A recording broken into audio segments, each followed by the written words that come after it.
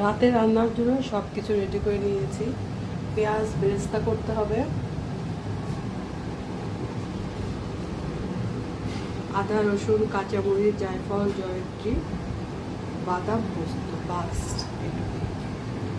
এদিকে রোস্টের জন্য আমি চিকেনটা হালকা ভেজে দিব, হালকা। অনেকে রং মাখিয়ে ভাজে, আমি রং দিব না, আমি এমনিতেই নর্মালটা সব গুছিয়ে নিয়েছি। কালকে শুক্রবার, রান্নার সময়টা বাসায় থাকবো না, তাই রাত্রে একটু বেশি করে রান্না করবো। এই কড়াইয়ের মধ্যে আমি পেঁয়াজটা ভেজে একটু বেশি করে তেল দিয়ে মুরগিগুলো হালকা ভেজে নেব। এখন আমার ভাজির পর্ব শেষ। মুরগির ডিম রোস্টগুলো আমি ভেজে নিয়েছি, সব মশলাগুলো দিয়ে, আদা রসুনও আছে, আর পেঁয়াজ বেরেস্তা দিয়েছি, এর মধ্যে অনেকগুলো কাঁচামরিচ দিয়েছি। এগুলো এখন ব্লেন্ডারে আমি বেটে নেব।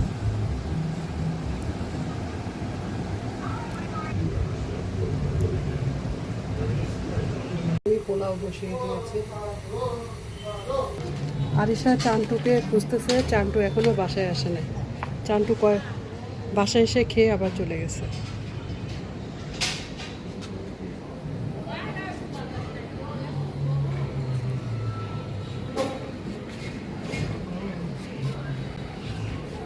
কড়াইয়ের মধ্যে তেল দিয়েছি, তেজপাতা গরম মশলা, আর এই যে মশলাগুলো দিয়ে আমি কষিয়ে নিব। সব মশলা দিয়ে দিয়েছি, একটু লাল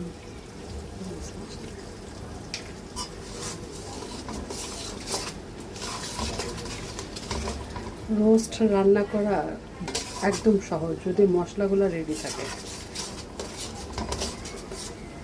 রোস্টে ঘি আর বাদামটাই আসল, আর মুরগিগুলো একটু হালকা করে ভাজতে হয়। অনেকে বেশি ভেজে ফেলে, তাহলে কি সফট আর জুসি ভাবটা থাকে না। সুন্দর একটা বাদামের গন্ধ বের হয়ে গেছে।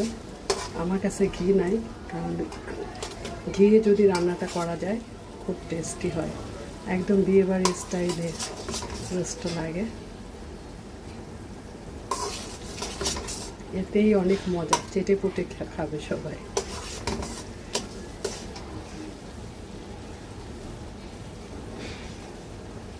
ডিম ভাজা রেখেছিলাম, এগুলো দিয়ে দেবো। আমি অনেক কাঁচামরিচ দিয়েছি, যখন আমি মশলাটা বাটি তখন অনেকগুলো কাঁচামরিচ দিয়েছি, বেশ ঝাল হবে একদম। আমরা একটু ঝাল ঝালই পছন্দ করি। চিকেন আর ডিমগুলো আমি দিয়ে দিলাম। গন্ধ শুনে আমার ছেলে চলে এসেছে রান্নাঘরে। আমি কাঁচামরিচ এখানে বেটে দিয়েছি, অনেক ঝাল হবে। আমি যেহেতু পাকা টমেটো দিইনি, তাই একটু টমেটো সস দিয়েছি।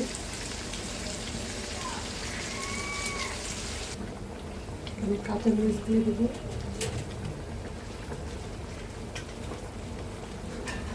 পেঁয়াজ বেরেস্তা দেবো। আমি যেহেতু পেঁয়াজ বেরেস্তা বেটে দিয়েছি, তাই একটু কম দেবো। কোনো কিছুই বেশি পরিমাণে দিলে কিন্তু ভালো লাগে না।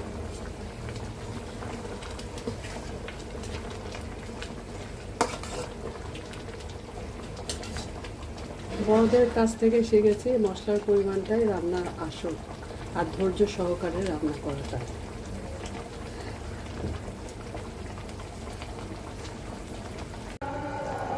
আমার পোলাও রেডি হয়ে গেছে। পোলাও রান্না করলাম।